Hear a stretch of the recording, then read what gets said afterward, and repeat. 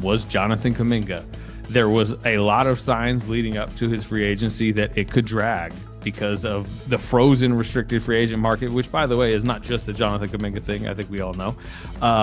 But there's a lot of scar tissue in the relationship. There's a lot of dynamics at play. There's a lot of CBA mechanisms and reasons that we are sitting here on July 23rd. And there's been somewhat movement. There's I would categorize the Warriors this week, and we are talking on Wednesday. Again, people may not be listening until Friday, but I would categorize the Warriors this week as more motivated to get something done with Jonathan Kuminga and attempting to move the ball down the road a little bit. And I've always felt that the most likely scenario was a Kuminga reunion for various reasons.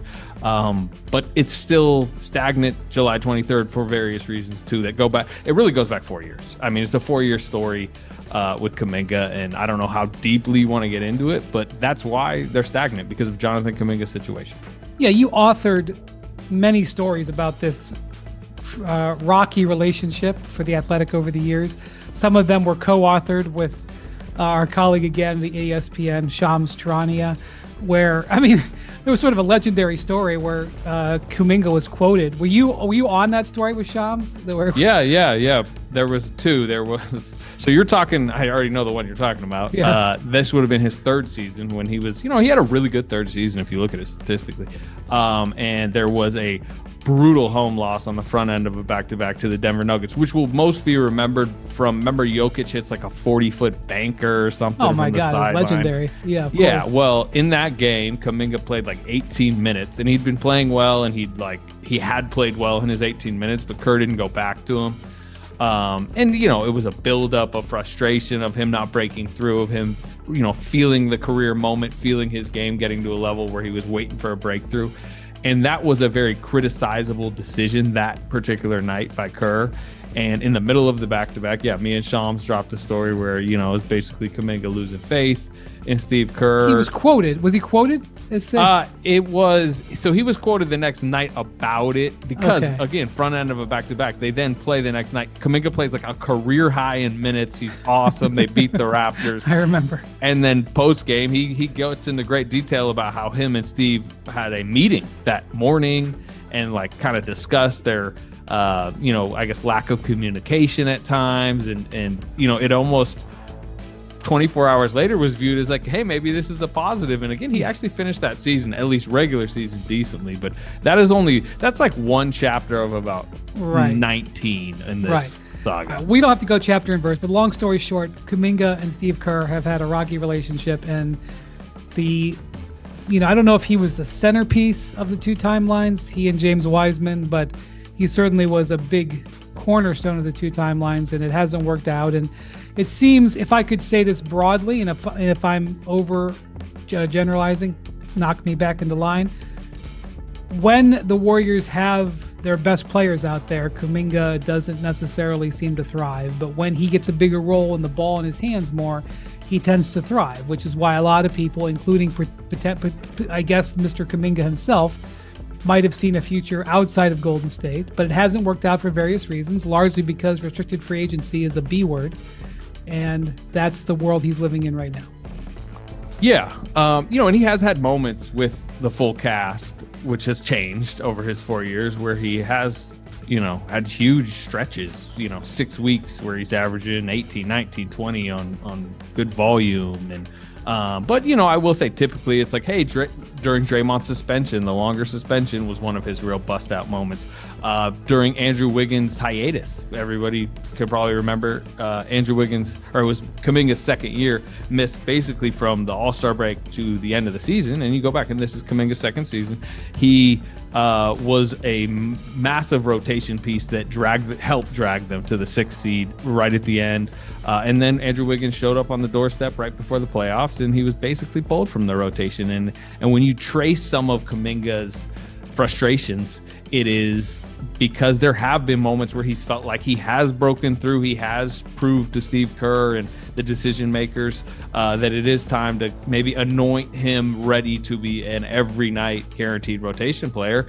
And there just hasn't been as much of a trust and belief and backing, and call it immature for a young player, but I think that often leads to his, bad transition defense, which can frustrate Kerr, lack of, physical rebounding, nights where he's kind of jogging up and down the floor and floating to the corner because when he doesn't feel that backing, has a mindset of like, all right, y'all just want me to, get out here and, not make a mistake because you're going to pull me if I make a mistake. So let me float to the corner. And again, I think that showed itself again at the end of his fourth season where they put him, in my opinion, in a very tough spot during the Rocket series. After pulling him, there was a couple times they had to plug him in, right? Remember, Jimmy Butler misses game 3 at home and they start him after keeping him out of the rotation. He played 11 minutes. He played hard. He made some mistakes. He'd been on ice. And then game 7, remember they lose the 3-1 lead. It's 3-3. He had a couple bad moments in game 7, but that was like a really kind of difficult environment to be thrown in. And, with Jimmy Butler there, which goes back to your earlier point about like the full cast, particularly the Jimmy Butler, Steph Curry, Draymond Green full cast, it is kind of a misfit. But he would flip it, and you can flip the mindset where it goes, okay, Steph Curry tweaks the hamstring, and all the guys that you could say the Guy Santoses of the world who might play better as a 4th or 5th guy in the lineup and might, help get a hustle rebound and get back in transition and do that type of stuff. Well, guess what? When Steph Curry strains a hamstring, you can't go, hey, all right, take the ball, take Naz Reid off the dribble, score 20 tonight. Right. And it's like, well, that's valuable. And that will be valuable next season, won't it? I mean, let's say Al Horford is in tow, and clearly that's the Warriors' plan. We'll see if it's executed. But that would make 4 of their starters 35, 35, 37, 39. Al Horford doesn't play back-to-backs. We know some of the injury and the I don't want to say coasting that some of the other stars do, but you throttle up and throttle back during the regular season. They're going to need scoring. They're going to need athleticism. They're going to need pop during an 82-game regular season. And I think lost in a lot of what's going on right now with Kuminga is people aren't talking about how much I believe, and a lot of people, including some in the Warriors, front office, even some in the team, believe like he is needed at times. Will he be potentially minimized and benched in game 5, game 6 of the second round? Sure.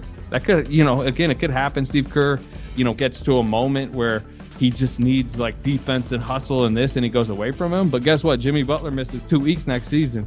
You need a score. You need a 5th-year, 6'7" wing who's going to go to the rim, because there's other flaws on their roster that very much show themselves when one of their scorers is out. They've also tried to trade him a couple of times that I'm aware of. They tried to trade him. They tried to trade him for Kevin Durant midway through this last season. They tried to trade him for Paul George last summer when they ended up not, the Clippers basically wouldn't agree to the trade. God knows how many other times he's been in discussions, but like at least 2 times to try to trade him for a star player. I'm sure there were discussions with him and Jimmy Butler. He ended up not being in that deal. Obviously, ended up being Wiggins, the big name in the deal. But the Durant trade, this deadline's very important here, because you go back to last summer and there's a lot of even angst now, I'd say, about like he was extension eligible last summer, right? And it doesn't get done. Part of the reason it doesn't get done, and sure, the way it's been put to me is there was never any offers on the table. There was some dancing around of like, word, as the word offer is a tough word for media to use, whether it's trade or contract or, offering a job to a head coach. The word offer is a difficult word. I think I know, like with my editors, they'll be like, well, didn't they offer it? I'm like, well, hold on. Just be careful using the word offer, because when you use the word offer, you kind of got to defend it. And there's this language game that's played. So I understand what you're saying. Yes. So what's important there, though, is part of the reason that the Warriors were hesitant to extend Kuminga last summer. And, while, numbers were discussed, and I think Jalen Johnson getting 5 years, 150 gave a target that obviously Kuminga and their his representation, they had ambitious